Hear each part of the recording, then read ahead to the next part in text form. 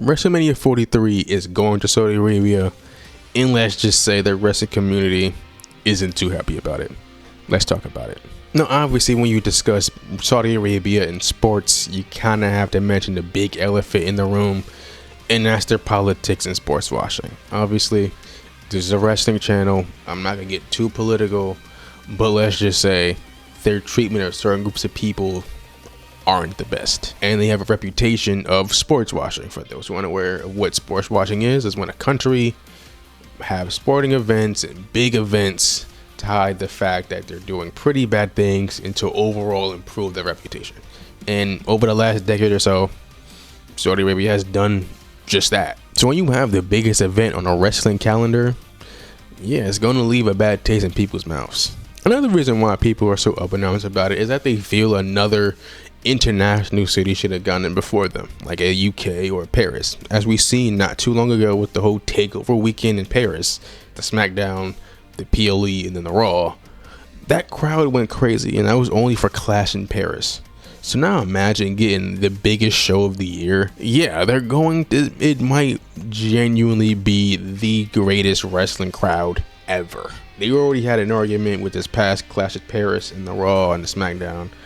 But a WrestleMania with WrestleMania worthy cards, yeah, they were going to go crazy. And even the UK, maybe not to the same extent as a France, but they were still very loud, especially at Clash at the Castle back in 2022, one of the years, where they just went crazy the entire show. So imagine getting a WrestleMania. And if I remember correctly, the London mayor or governor or whatever you call the big leader over there, they did say they really wanted a WrestleMania there, so it kind of made sense, right? A lot of wrestlers are from the UK or UK adjacent, so you have like that already. You have that crossover. So imagine a guy like Drew McIntyre in his hometown at WrestleMania. That would be kind of fire, right? A Pete Dunne over there, fire. But obviously that didn't happen. Saudi Arabia got it.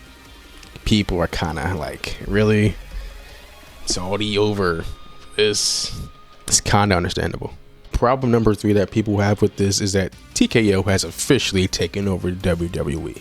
From the ticket prices being insane. It was like $30,000 for a VIP ticket. I don't know if it was a Clash at Paris or SummerSlam, but either way, $30,000 for VIP tickets. Now granted, it's VIP tickets, it's going to be expensive, but $30,000 is insane.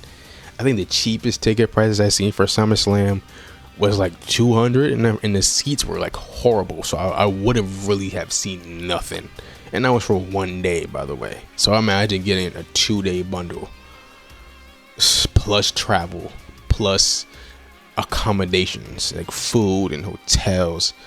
That would have costed me at least like $1,000 to attend a wrestling show. That should never be the case. So with it going to the highest bidder allegedly being around $250 million for WrestleMania to go to Saudi Arabia, and them pushing it up a year, because originally it's supposed to be in 2028, but they push it up to 2027, combined with the fact that they're bringing WrestleMania back to Vegas 2 years in a row simply because they made a lot of money this past WrestleMania, yeah, you can kind of see why people are worried about this. Because what if that WrestleMania does all-time numbers? What if it makes the most money it's ever made before? Does it stay in Saudi Arabia in 2028?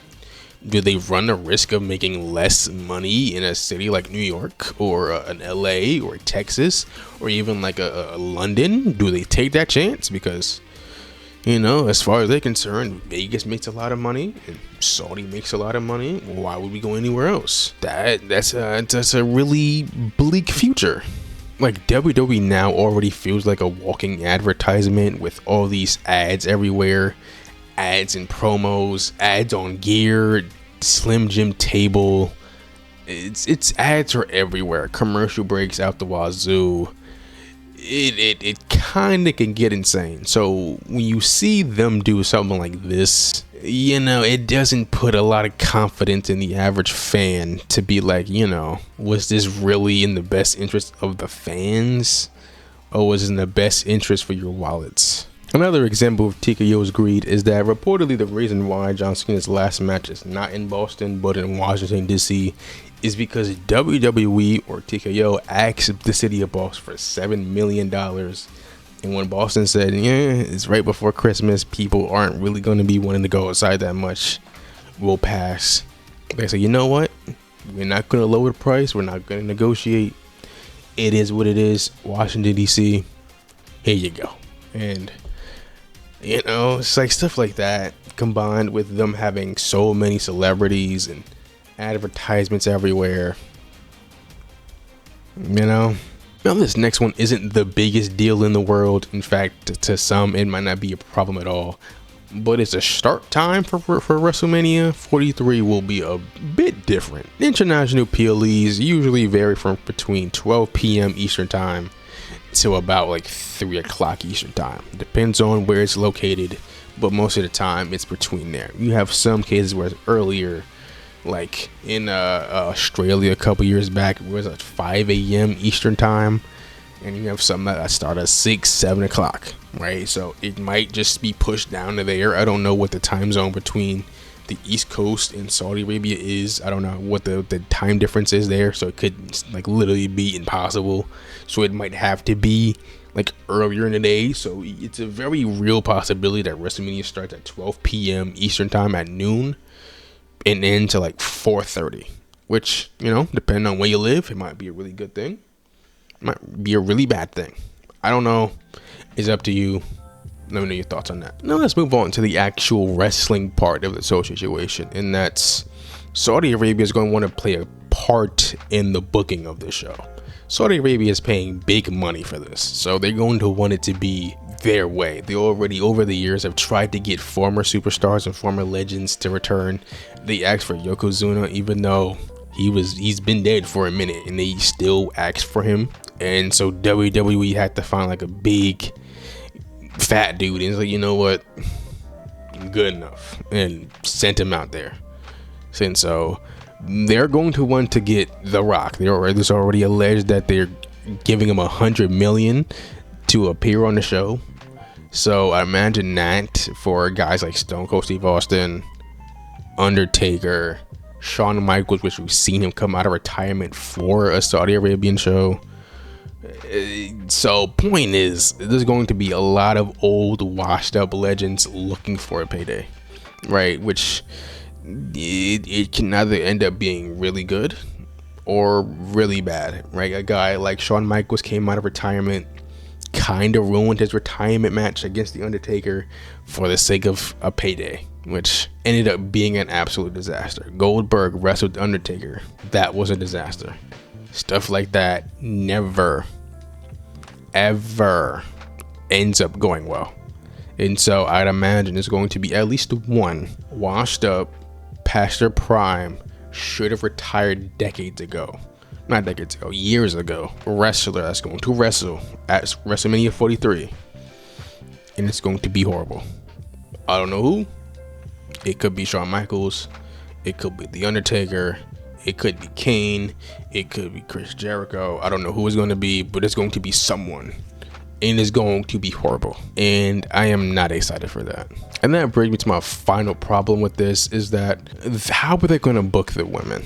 Saudi Arabia, in their history with women, obviously in the politics and what they've shown over the years in WWE, with them having to wear certain outfits, and on top of that, there haven't been too many women's matches at all on the card. It's usually like 1 or 2 at most, and no more than that. And since it's going to be WrestleMania in Saudi Arabia, it's probably not looking the best.